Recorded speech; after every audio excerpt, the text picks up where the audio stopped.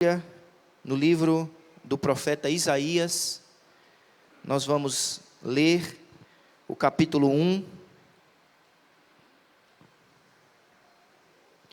Isaías, capítulo de número 1, versículo de número 1.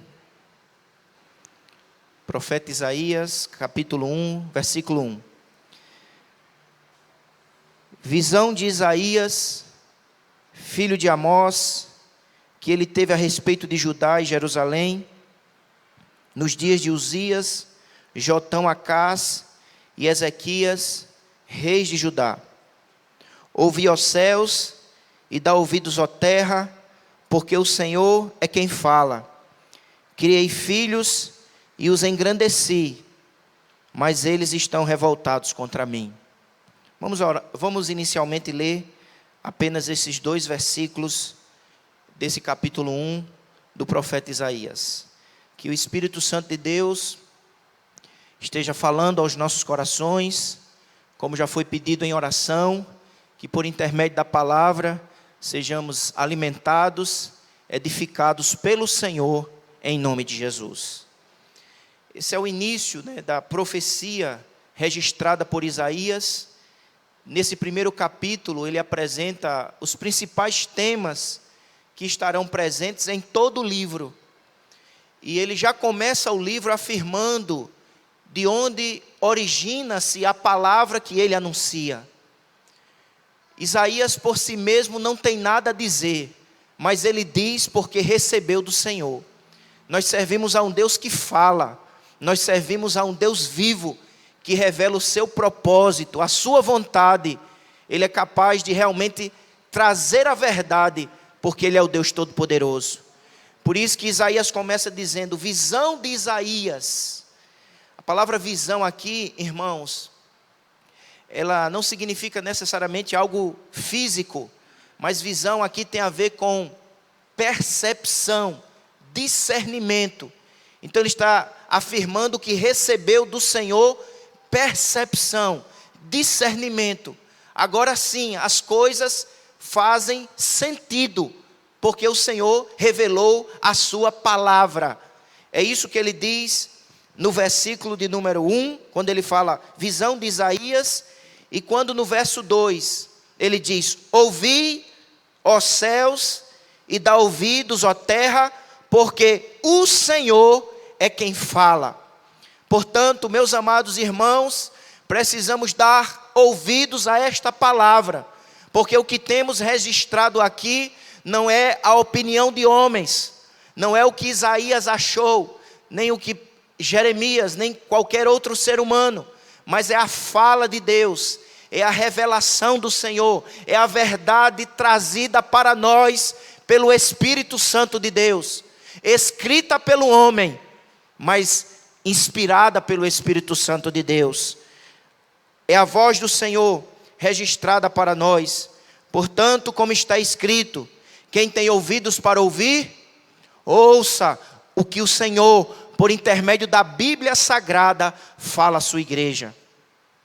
O que nós temos, irmãos, nesse capítulo 1, especialmente nesse trecho que nós iremos meditar, do verso 1 ao verso 20, o Senhor apresenta um diagnóstico, o Senhor faz aqui, através de Isaías, uma descrição do estado espiritual de Judá, como realmente se encontrava aquele povo.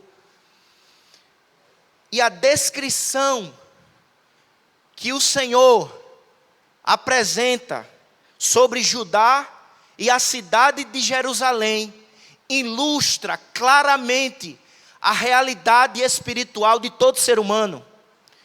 Quando o Senhor está falando de Judá e Jerusalém, Ele apenas está ilustrando o que todo ser humano é, o que toda cidade enfrenta, o que a sociedade humana vivencia. Então, nós temos nesse trecho, que eu gostaria de observar com os amados irmãos, especialmente do verso 1 ao verso 20, essa primeira mensagem de Isaías, onde ele faz uma descrição, como eu tenho dito, de Judá, mas na verdade Judá ilustra a situação do ser humano. E nós podemos observar 4 aspectos aqui que são registrados pelo profeta Isaías. Primeiro, ele vai apresentar a condição da humanidade. Como se encontra a humanidade. Isso é ilustrado através de Judá. Em segundo lugar, ele vai mostrar quais as consequências que Judá, que Jerusalém tem sofrido devido à sua condição. Mas ao mesmo tempo, irmãos, esta palavra é uma palavra de Deus, e como palavra de Deus, ela anuncia salvação, ela anuncia esperança. Mas antes de falar da solução, da esperança, o Espírito Santo, através de Isaías, apresenta a realidade, a condição, as consequências que aquele povo de Judá e de Jerusalém vivenciava. E no final, ele termina essa primeira mensagem apresentando as reações dos ouvintes. Então vejamos, com a graça de Deus, como o Espírito Santo, através de Isaías, descreve a condição da humanidade. E uma das grandes perguntas que é levantado por nós seres humanos é: quem somos? De onde viemos? Qual é a nossa origem? E o profeta Isaías começa, portanto, afirmando que nós fomos criados por Deus. Olha o que ele diz no verso 2: ouvi, ó céus, e dá ouvidos, ó terra, porque o Senhor é quem fala. Criei filhos e os engrandeci. Da mesma maneira que um dia Deus criou a nação de Israel, essa mesma realidade da criação é aplicada para todos os seres humanos. Nós somos frutos da ação poderosa e criadora de Deus. Quem somos? De onde viemos? E a resposta claramente é revelada para nós através da Bíblia Sagrada. Nós somos criados por Deus, há um Deus vivo, todo-poderoso, que por intermédio do poder da sua palavra, trouxe à existência aquilo que não existe. Ele trouxe à existência nós, seres humanos, criados à sua imagem e semelhança. Nós não somos frutos do acaso, nós não somos frutos do horóscopo, nós não somos frutos de uma evolução, nem de uma explosão. Nós fomos criados à imagem e semelhança do Deus vivo. Nós somos criaturas de Deus. A Bíblia, portanto, porque é a palavra de Deus, revela para nós essa tão essencial pergunta que define a nossa humanidade. Somos criatura de Deus. Não somos evolução de um macaco. Nós somos criados por Deus. Ele diz: criei filhos e os engrandeci e os dignifiquei. Ele se apresenta, Deus através do profeta, apresenta-se como um Deus criador e cuidador. Ele não só criou e afastou-se, como disse os filósofos deístas no século XIX, que Deus era como um relojoeiro, que criou o relógio e depois deixou ele entregue às suas próprias leis. Não, este não é o Deus da Bíblia. O Deus da Bíblia não é um mero criador. O Deus que cuida, ou melhor, o Deus que cria é o Deus que sustenta, é o Deus que preserva, é o Deus que cuida. Então é isso que ele está revelando: eu criei filhos e os engrandeci, eu os criei à minha imagem e semelhança, e eu cuido destes filhos que criei, eu não os abandonei, eu envio a chuva, eu envio o sol no tempo certo, eu envio a vida brota, o trigo nasce, a produção é abundante. Como é maravilhoso, irmãos, você vai numa feira, você vai num supermercado, você vê o cuidado de Deus. Apesar de tanta luta, tanta dificuldade, Deus prova o seu cuidado, enviando o alimento, a provisão, o sustento. É isso que ele está dizendo: eu os criei e eu os dignifiquei. Essa é a realidade que é aplicada sobre a minha vida e a tua vida. Nós somos criados por Deus, sustentados pelo Senhor, cuidados diariamente. É Ele que dá a respiração, é Ele que nos faz respirar, é Ele que dá o ar, o oxigênio, é Ele que faz funcionar os pulmões, é Ele que manda a chuva sobre bons e sobre maus. Ele é o Deus criador, Ele é o Deus preservador, Ele é o Deus cuidador. Esse é o primeiro ponto, quando ele diz: Deus nos criou e Deus cuida de nós. Mas ele prossegue dizendo que estes filhos criados e cuidados pecaram contra a bondade deste Deus. Ele diz no verso 2: criei filhos e os engrandeci, mas eles estão o quê? Revoltados contra mim. Eles se rebelaram contra mim. A palavra rebelar aqui, irmãos, aponta para a ideia de quebrar a aliança, revoltar-se, trair o próprio Criador. Ele diz: eu criei filhos e os engrandeci e cuidei deles, mas eles se revoltaram contra mim, se rebelaram contra mim, deram as costas para mim. Meus irmãos, isto é um raio-x, uma fotografia da sociedade nesta noite. Filhos criados, cuidados, sustentados, mas filhos rebeldes, revoltados contra aquele que os criou, os sustenta, os ama, os preserva, os mantém de pé. Eles se revoltaram contra mim, não confiaram em Deus, eles não confiam em mim, eles não confiam no meu caráter, no meu amor. A ideia de revolta, a ideia aqui é de desconfiança. Eles não confiam em mim, nem em minha palavra. Isso é claramente ilustrado na história do Gênesis capítulo 3. Deus criou Adão, dignificou Adão, colocou Adão no jardim, mas ele revoltou-se contra o seu próprio Criador, preferindo ouvir a serpente. O Senhor disse: coma de tudo, aproveite de tudo, vive intensamente, cresça e multiplique. O Deus Criador é o Deus cuidador. Mas como agiu Adão? Rebelando-se, ouvindo a serpente. E como Adão, irmãos, os seres humanos nessa noite agem da mesma maneira. Não ouvem o Senhor, não confiam em sua palavra, não se submetem aos seus mandamentos. Filhos rebeldes, revoltados, desconfiados do Senhor. Mas ele continua fazendo a descrição, quando ele diz, no verso 3, o boi conhece o seu possuidor, e o jumento, o dono da sua manjedoura. Mas Israel não tem conhecimento, o meu povo não entende. O primeiro pecado, a primeira palavra apresentada aqui no verso 2 é revoltados. Ele está fazendo uma explicação de como o pecado se manifesta. O pecado é revolta. O pecado é a oposição contra o próprio Deus que criou e sustenta. Mas o pecado também se manifesta como falta de consideração, de ignorância. E aí ele escolhe dois animais que são conhecidos como animais que têm pouca inteligência: o boi e o jumento. Ele diz: o boi e o jumento, eles sabem identificar o seu dono, o seu criador, aquele que cuida deles. É tanto que eles voltam para o curral. O boi e o jumento conseguem discernir, considerar quem é o seu dono e quem cuida deles. Mas ele está dizendo que Israel, os filhos criados e cuidados, não consideram o Senhor. Portanto, eles agem de maneira deformada a sua natureza. Deus nos criou não como animais, mas como seres racionais, criados à sua imagem e semelhança. Mas o pecado torna-nos cegos, ignorantes. O pecado torna o nosso entendimento, como disse Paulo, lá em Efésios capítulo 4, versículo 18, nós nos tornamos obscuros no entendimento.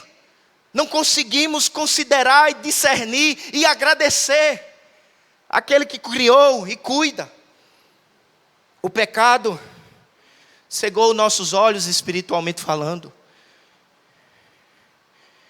O boi conhece o seu possuidor, e o jumento, o dono de sua manjedoura, mas Israel não tem conhecimento, o meu povo não entende. O que ele diz para Israel ilustra a realidade humana. Ignoram as verdades espirituais, as coisas concernentes ao reino de Deus. Olha, irmãos, o que o pecado faz na vida de um ser humano.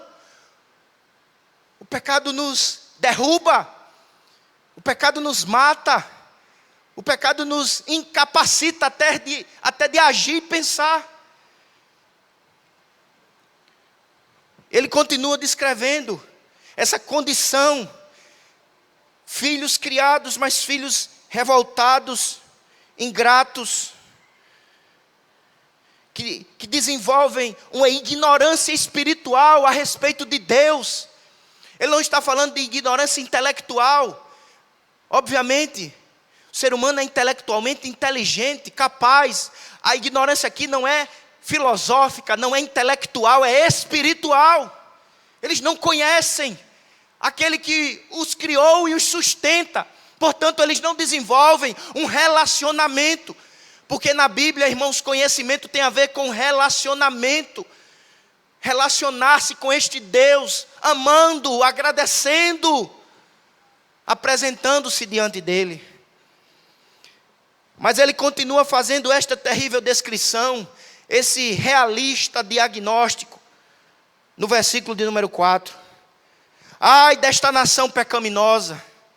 Ele vai descrevendo as manifestações do pecado. O pecado é revolta, pecado é ignorância espiritual, pecado é transgressão. A palavra pecaminosa aqui, ela significa transgredir a lei, se opor aos mandamentos do Senhor. Irmãos, parece que Isaías está vivendo nos nossos dias. Vivemos numa sociedade transgressora da lei, que se opõe aos mandamentos do seu Criador, que chama de tolice aquilo que o Senhor chama de verdadeiro, bom e agradável. É uma nação transgressora que se opõe à palavra de Deus, os mandamentos do Senhor. Ele usa a palavra pecaminosa. Ele diz, povo carregado de iniquidade. A palavra iniquidade aponta para a ideia de injustiça, de malícia. Ele inclui toda a nação. Raça de malignos. Filhos corruptores. Eles estão corrompidos e corrompem. Mas tudo isso está acontecendo, conforme nos diz o versículo 4, porque eles abandonaram o Senhor. Não há moralidade sem piedade. Não há ética sem comunhão com Deus.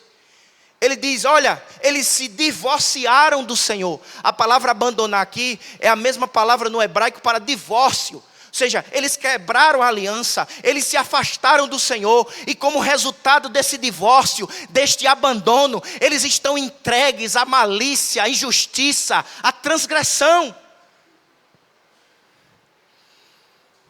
Eles blasfemaram do Santo de Israel. A palavra blasfemar aponta para a ideia de culto. Ou seja, eles levantaram os seus falsos ídolos, os seus falsos deuses. E estas palavras, irmãos, tão duras, tão difíceis de serem pronunciadas, elas descrevem claramente a humanidade, a sociedade hoje. Abandonaram o Senhor, blasfemaram contra o Senhor, levantando os seus próprios deuses. E os deuses modernos, muitas vezes não se manifestam de maneira visível e física, mas estão no coração. É o amor ao dinheiro, ao entretenimento exagerado, ao sexo, à busca de diversões, abrindo mão do culto, da adoração e da gratidão ao Senhor. Abandonaram o Senhor, blasfemaram contra o Santo de Israel. Voltaram para trás.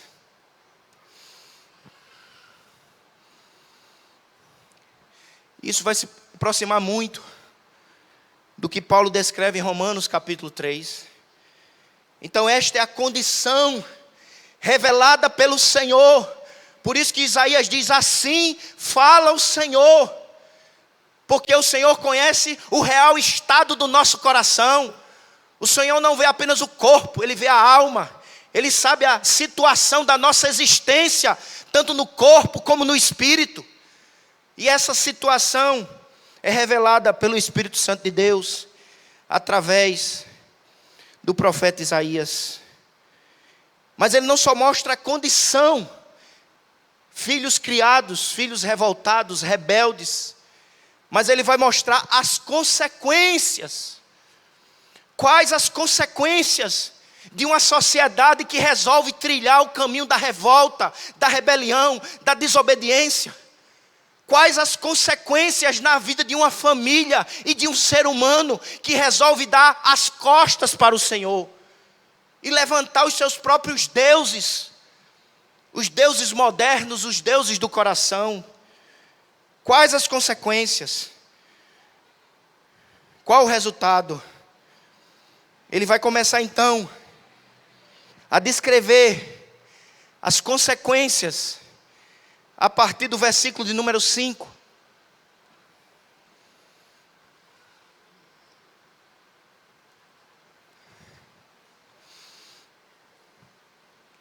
E ele vai utilizar duas metáforas. A primeira está nos versos 5 e 6.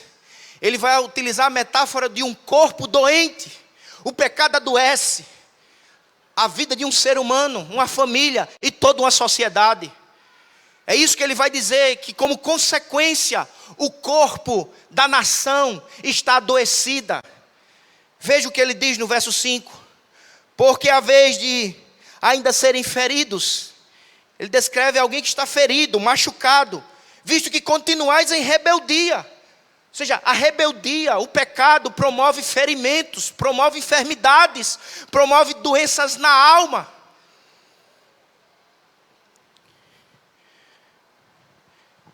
E ele mostra, portanto, nos versos 5 e 6, uma enfermidade terrível e que já atingiu órgãos vitais.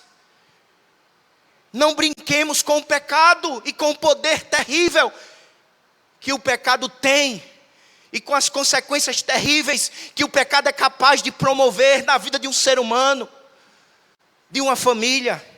Ele diz que é uma doença, olha só o verso 5, que atingiu a cabeça e o coração.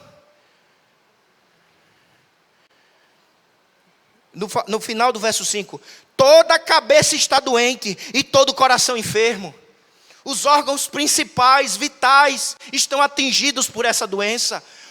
O pecado atinge a mente.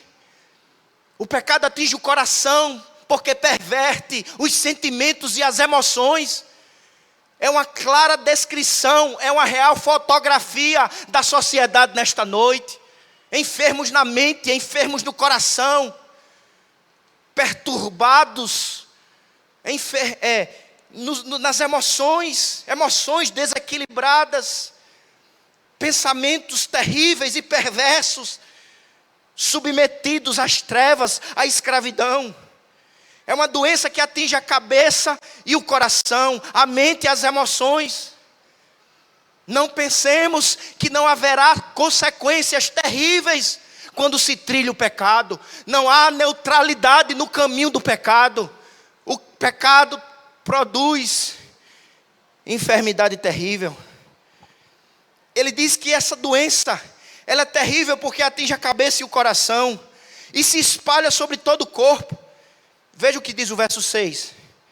Desde a planta do pé até a cabeça, não há nele coisa sã. O pecado, irmãos, ele tem um poder de infecção terrível. Veja que ele diz, não é só a cabeça, nem só o coração. É dos pés à cabeça. Ele está apresentando o poder terrível, doentio e expansivo do pecado.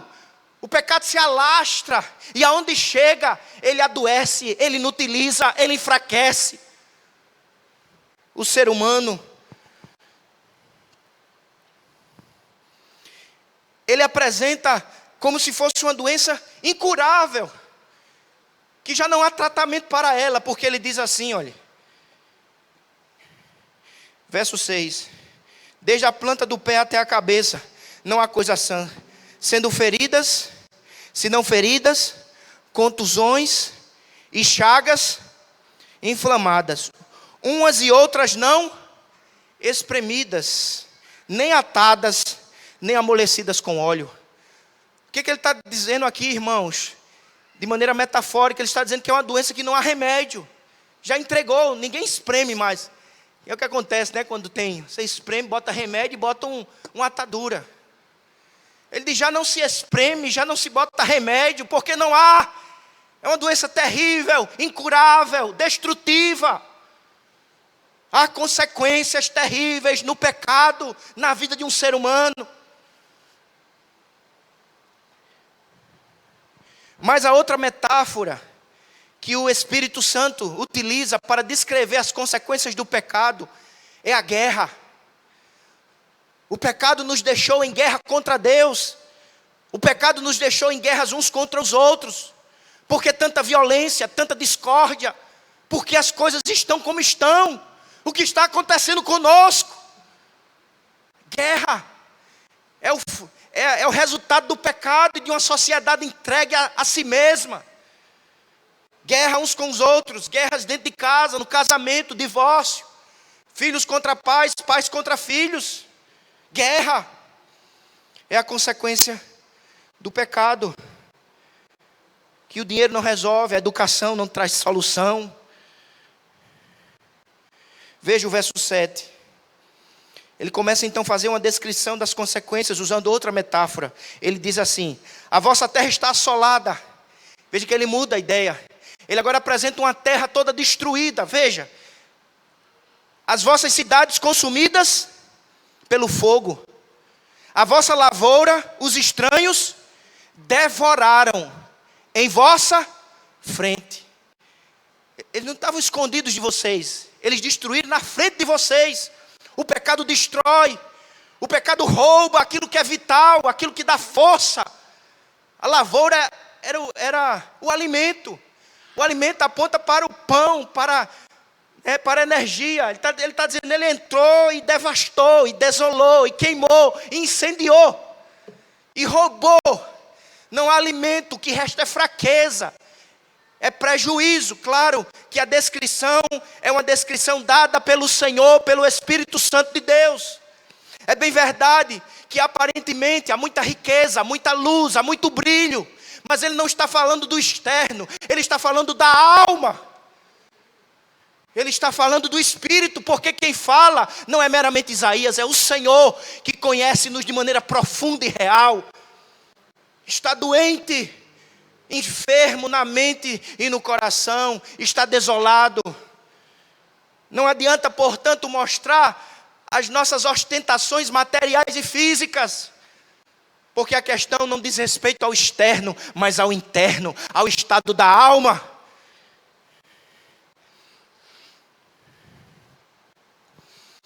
Não há beleza. Veja o que diz o verso 8. A filha de Sião é deixada como choça numa vinha. Não é uma casa, não é um palácio, é uma choça. Uma choça é um abrigo que as pessoas faziam. Um abrigozinho para na época da colheita se abrigarem ali do sol. Depois que terminava, ficava a choça ali, a palhoça. Ele diz, a minha cidade é como uma choça, ou seja, a figura é de abandono, é de desolação, é de dor, é de feiura. Não há beleza, ninguém diz assim, eu vou passar minhas férias numa choça. Você não diz isso. Porque na choça não há beleza. Não há conforto. O pecado arruína. O pecado enfeia a vida. O pecado não traz real beleza. Por mais aparência externa, estética, a alma se torna como uma choça, como uma palhoça no pepinal, como cidade sitiada. E ele termina no versículo 9, essa parte das consequências, dizendo que nós nos tornamos semelhantes a Sodoma e Gomorra.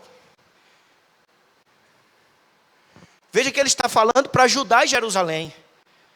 Mas o pecado, irmãos, não respeita títulos, não respeita genealogias, não respeita cargos. Ele está chamando de Sodoma e Gomorra, Judá e Israel, porque deram lugar ao pecado. e estão sofrendo as consequências terríveis: doença, desolação, destruição, falência, fraqueza, feiura.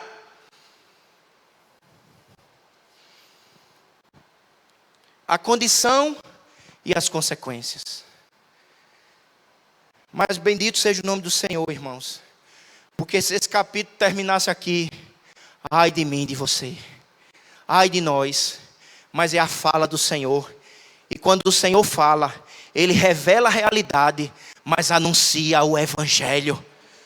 Quando o Senhor fala, Ele faz o diagnóstico da realidade, porque Ele nos ama. Ele não fica escondendo debaixo do tapete, Ele mostra as condições. E Ele também apresenta as consequências, mas o capítulo não para nas condições e na consequência. O capítulo anuncia esperança. O capítulo anuncia o Evangelho. O capítulo anuncia as boas novas de salvação. E a partir do verso 9 até o capítulo 20, o que o profeta vai fazer agora é dizer: olha, apesar da condição e das consequências, há esperança. Sabe por quê? Em primeiro lugar, porque a esperança da nossa vida está em Deus.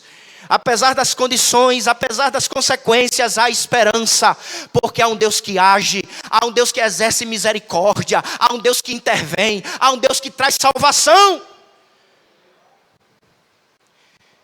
E é isso que ele vai dizer no verso 9: se o Senhor dos exércitos não nos tivesse deixado alguns sobreviventes, já nos teríamos tornado como Sodoma e semelhante a Gomorra.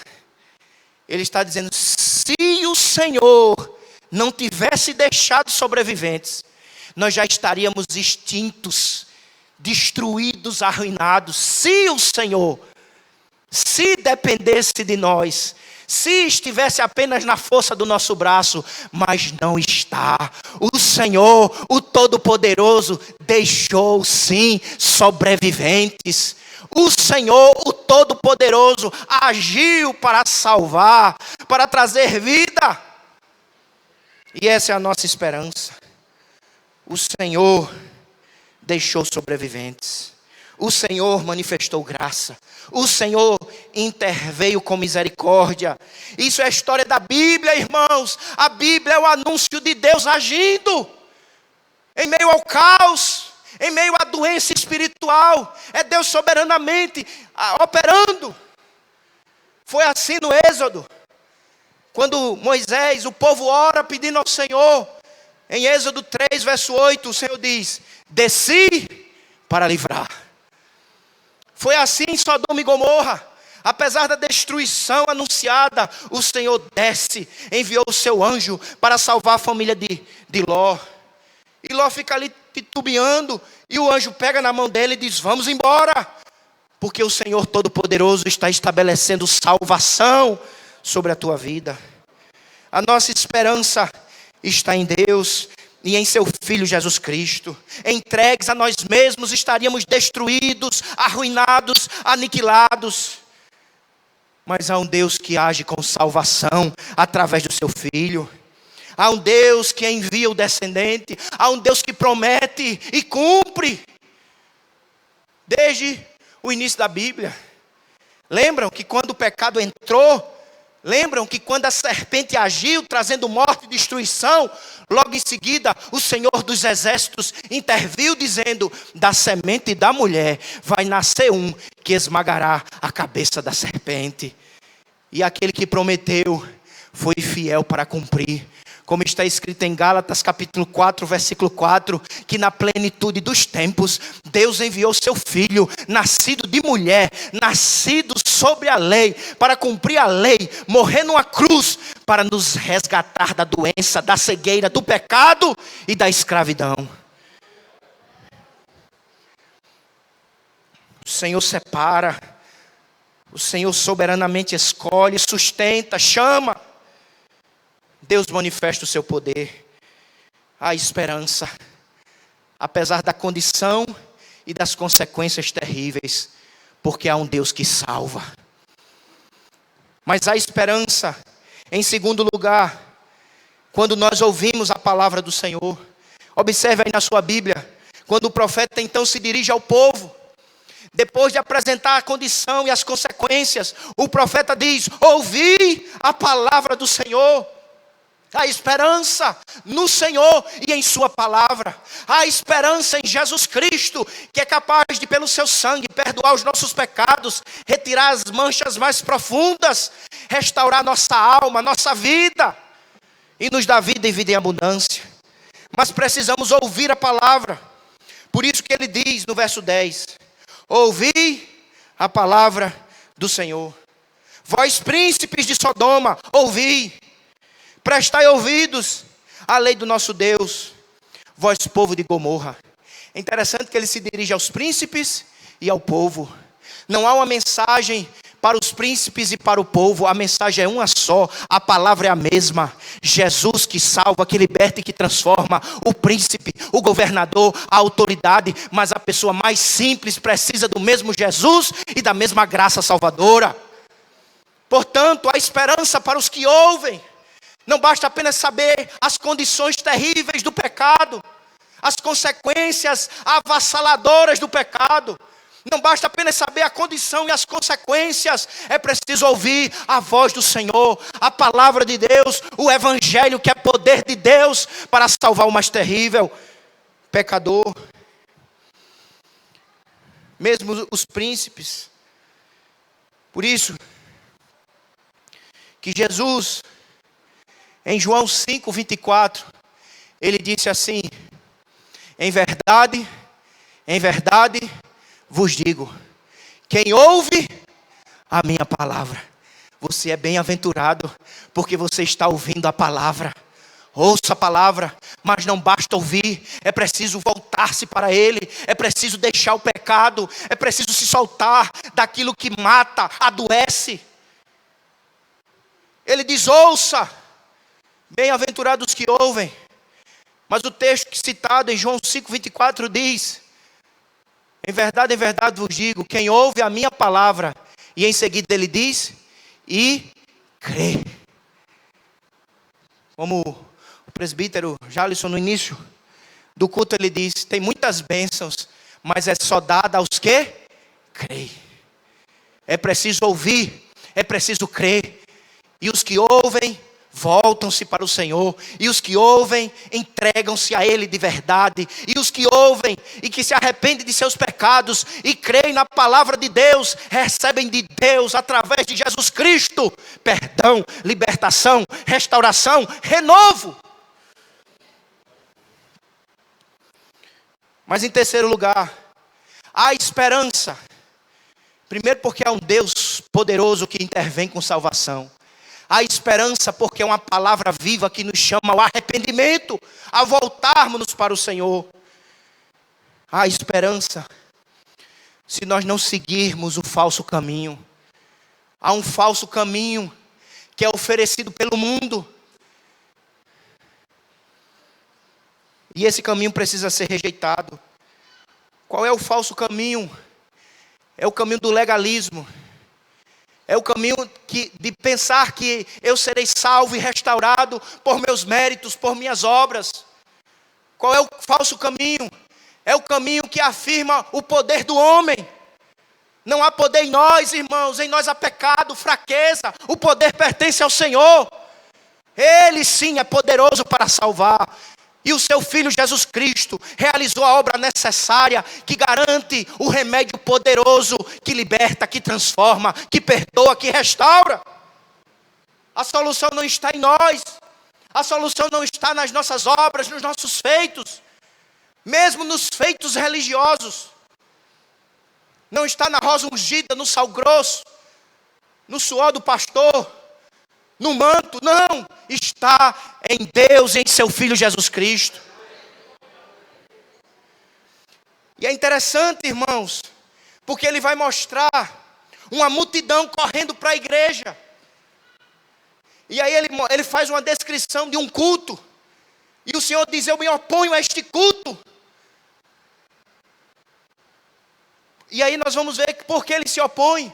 Porque ele vai mostrar que culto sem arrependimento, sem quebrantamento, não glorifica o nome do Senhor. O profeta não é contra o culto. Não é contra o ato religioso. Mas Deus é contra um culto que não exalta a sua graça, o seu poder, a sua soberania. Ele é contra o culto que pensa que porque eu vou fazer algo, eu vou barganhar com Deus. Não há barganha com Deus. A salvação é pela graça, e graça é favor sobre quem não merece. Veja o que ele diz no verso 11. De que me serve a minha multidão de vossos sacrifícios? Diz o Senhor. Estou farto dos holocaustos de carneiros e de gordura de animais cevados, e não me agrado do sangue de novilhos, nem de cordeiros, nem de bodes. Quando vindes para comparecer perante mim, quem vos requereu só pisardes aos meus átrios? Não continueis a trazer ofertas vãs? O incenso é para mim abominação. E também as festas da lua nova, os sábados e a convocação das congregações. Não posso suportar a iniquidade associada ao ajuntamento solene. O pecado nos inutiliza até para cultuar a Deus. Então não são os nossos atos. Há muita religiosidade apresentada de maneira legalista. Compre isso que Deus vai te dar aquilo. Está voltando, irmãos, aquilo que acontecia na Idade Média, que a igreja romana fez. Agora não é só a igreja romana, até igrejas que se dizem evangélicas, vendendo indulgência, negociando a fé, barganhando com Deus. Você vai dar isso, Deus vai te dar aquilo. Você vai fazer isso, Deus vai te fazer aquilo. Negando a graça, a suficiência do sangue. Esse culto Deus abomina. É pecado.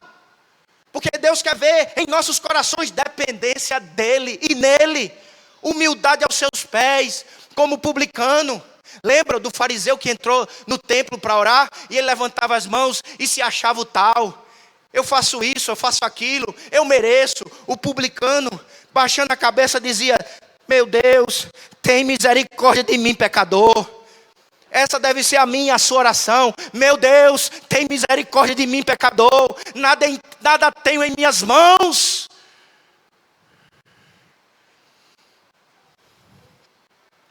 Pelo que quando estendeis as mãos, verso 15, escondo de vós os olhos. Sim, quando multiplicais as vossas orações, não as ouço, porque as vossas mãos estão cheias de sangue.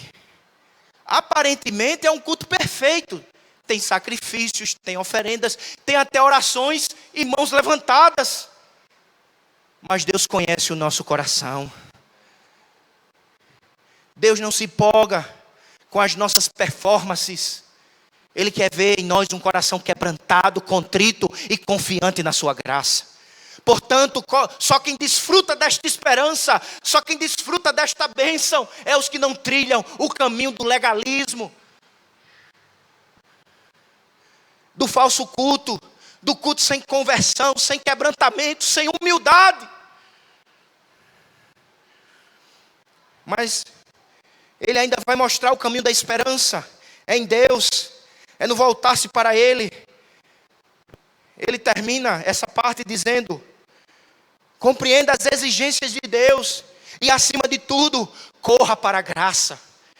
Ele diz no verso 16: lavai-vos, purificai-vos, tirai a maldade de vossos atos de diante dos meus olhos, cessai de fazer o mal. O que é que o profeta está mostrando aqui, irmãos, nesse versículo?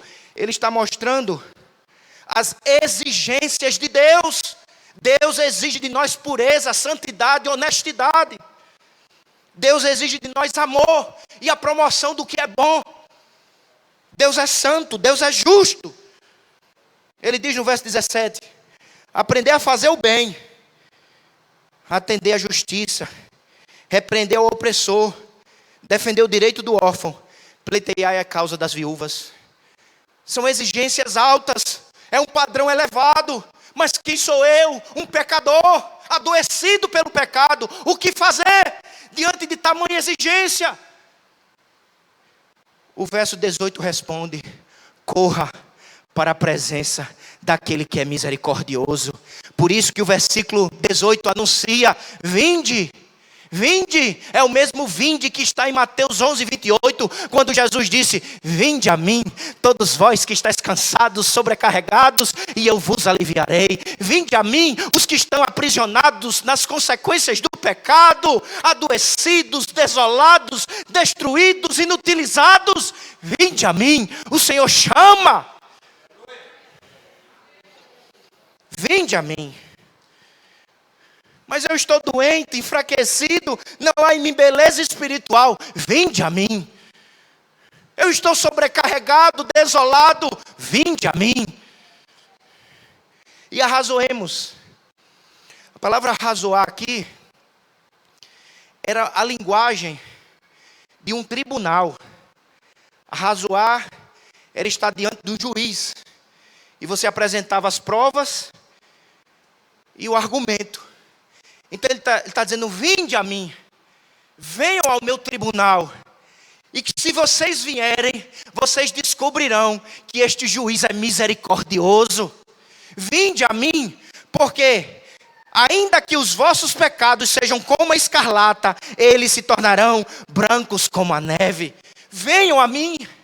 Apresentem as suas mãos e as consequências e as condições de suas vidas. Venham a mim, porque se vocês vierem a mim, se vocês ouvirem a minha palavra, se vocês abandonarem os seus pecados e vierem a mim, em minha perdão, em minha purificação, em minha transformação, em minha reconciliação, pelo sangue do meu Filho derramado na cruz do Calvário, vinde a mim, porque se vocês vierem a mim, eu os conduzirei à cruz, ao meu Filho Jesus, que já pagou um alto preço, que garante perdão, restauração, libertação verdadeira. Vinde a mim.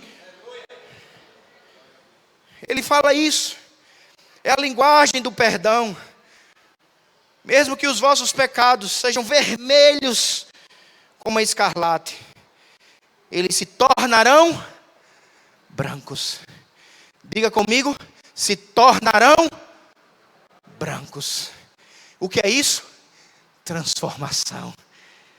Ele transforma. E é branco como a neve. O que é o branco como a neve, irmãos? O branco da neve é profundo, é uma linguagem poética para descrever a profundidade da obra que Jesus é capaz de fazer na vida de um ser humano que se volta para Ele. O que Ele faz é profundo, transforma corações, muda a nossa mente. A neve, ela é branca na superfície, mas se você cavar a neve, ela continua sendo branca. Se você cavar mais, ela continua sendo branca. Por isso que ele diz: é branca como a neve. Eu levarei pureza verdadeira, porque o sangue do meu Filho Jesus alcança a mente, o coração e até os pés, nos atinge por completo, nos restaura profundamente. Vinde a mim.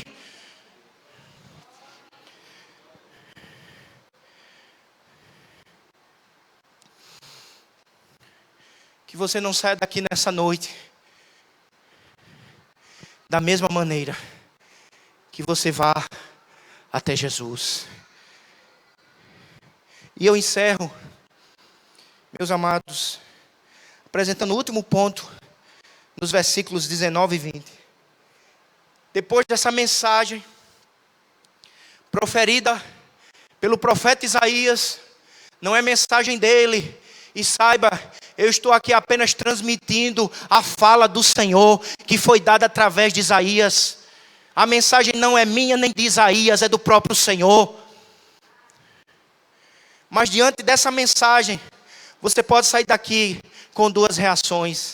E ele termina esse parágrafo falando das reações dos ouvintes. Ele diz assim: se quiserdes e me ouvirdes, comereis o melhor desta terra. O que é o melhor da terra, irmãos?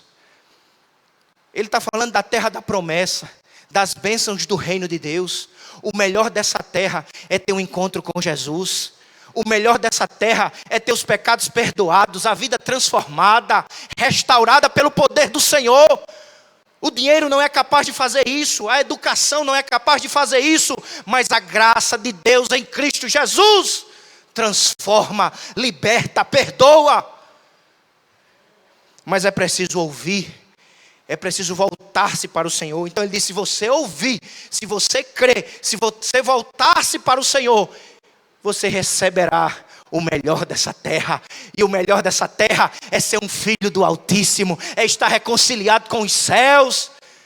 Mesmo que não tenhamos as riquezas dessa terra, os luxos, a fama, quem tem Jesus tem o melhor dessa terra. Tem a pérola de maior valor, tem um tesouro real. Se você ouvir, você terá o melhor dessa terra. Tem gente que tem tudo dessa terra, dinheiro, fama, seguidores, mas não tem o melhor. E o melhor é Jesus. O melhor é ter a vida transformada. Mas existe a outra consequência. Quando ele diz assim, mas, verso 20, se recusardes e fordes rebeldes, sereis devorados à espada, porque a boca do Senhor o disse. Ou é o melhor da terra para os que ouvem, creem, se arrependem, entregam a vida a Jesus e recebem perdão e reconciliação, ou é a espada. E a pior espada, irmãos, não é a espada do homem, é a espada do Senhor. É o juízo do Senhor. Portanto, aproveite a oportunidade, ouça, creia, entregue-se a Jesus e receba a real salvação. Livre-se da espada vindoura, livre-se da ira vindoura. E só há uma maneira: corra para os braços de Jesus, ouça o seu chamado e receba do Senhor vida e vida em abundância. Qual será a sua ação nesta noite? Qual será a sua escolha? Qual será a sua decisão? E o que eu digo para você, venha para o que é melhor. Ouça, creia e receba do Senhor. Que assim seja, em nome de Jesus.